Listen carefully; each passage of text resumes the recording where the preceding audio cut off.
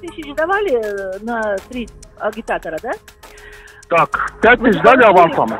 Бул аудио жазмадан кийин добуш сатып алууга шектелип, экс-депутат Социал-демократтар партиясынын штаб жетекчиси Ирина Карамушкина кармалды. Ал Данияр Чолпонбаев аттуу жаран менен шайлоочулардын добуштарын сатып алууну талкуулаган. Андан сырткары партиянын дагы бир мүчөсү Роза Түрксевер кармалган. Я с Данияра вообще не знаю, кто это. Я не знаю, кто это Данияр. Вот. Аларга шайлоочулардын добуштарын сатып алуу менен кылмыш иши козголду. Ал арада Адилет саясий партиясынын өкүлү добуштарды сатып алды деп күнөөлөнүүдө. Тергөөнүн жүрүшүндө аталган партиядан Бишкек шаардык кеңешине талапкер 113 шайлоочуга добуш сатып алуу үчүн 55.500 сом суммасында акча бергени, ошондой эле 1000 сомдон 2000 сомго чейин 17 жаранга М-банкка которгону аныкталган. Көрсөтүлгөн жагдайлар ИН жана Адилет саясий партиясынын шайлоо алдындагы штабынын жашаган жерин тинтүү учурунда алынган документтер менен тастыкталды. Жүргүзүлгөн комплекстүү тергөө ыкчам иш-чаралардын жүрүшүндө ИН Кыргыз Республикасынын кылмыш жаза кодексинин 196-беренесинин 1-бөлүгүндө ылайык шайлоочулардын добуштарды сатып алуу кылмыш жасагандыгы боюнча айыпталган. Тергөө иштери жүргүзүлүүдө. Жыйынтыгы менен бардык катышкан адамдардын аракеттерине юридикалык баа берилет. Шайлоого саналуу күн калганда добуш сатып алуу амалын көргөн партиялар ачыкка чыга баштаса, Ошто 3 талапкер партия тизмесинен чыгарылды. Анда 2 талапкер Жаңа Кыргызстандан, бири Ынтымак партиясынан четтеген. Ал эми шайлоо мыйзамдарын бузуу боюнча азырынча арыз даттанулар келип түшкөн жок дешет. Эми азыр бизде Ош шаарында негизинен туруктуу, эч кандай арыз жок. Бирок эми азыркы күндө партиялар менен 5 партия менен күндө эртең саат 10-до, саат 3-тө эл менен жолугушуу болуп атат. Жолугушууга барып, 5 партия тең өздөрүнүн программасын айтып, элге түшүндүрүү иштерин жүргүзүп жатышат. Ал арада УКМК төрагасы шайлоого катышуу үчүн бараткан партиялар текшерилип, 30дай адамдын талапкерлиги алынганын билдирди. Алардын мурда уюшкан кылмыш топторуна жана кылмыштуулукка тиешеси бар болгону аныкталган. Атайын кызматтын башчысы мамлекет бир да партияны талапкерди сүрөнгө албай турганын, тандоо элде экенин белгиледи.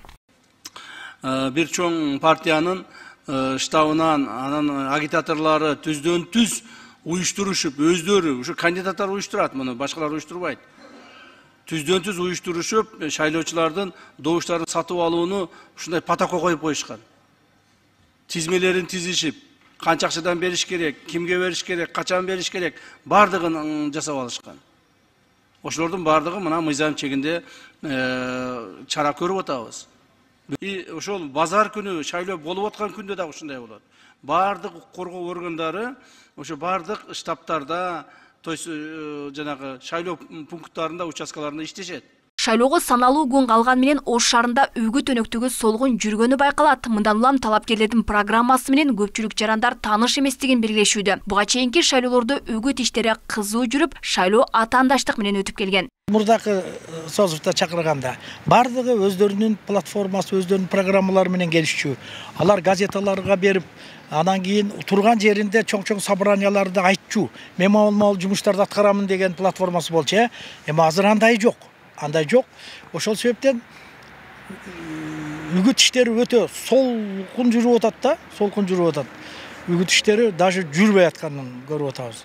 Ошол себептен элдин түшүнүгү кайсы депутат эмне иш кылганы жөнүндө маалымат жок.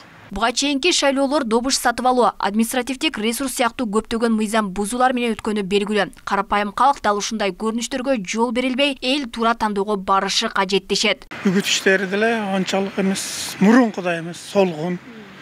Эл азыр эми өз тандоосу менен тандайт деген эле ойдомун. Ошо барабыз, Кудай кааласа, ошо жакшы депутаттарды элге күйө турган, элдин кызматын кыла турган жаштардан шайлансын. Бардык нерсенин башталыш аягы бар дегендей, шайлоонун деле азыр кызыгы кетип калган убагы болуш керек. Анын үстүнө депутаттар деле элдин немесин анчалык ишеничин актай албаган үчүн мүмкүн элде бир аз шайлоого болгон кызыгуу бир аз басаңдап калган болуш керек. Мүмкүн ошого байланыштууdur.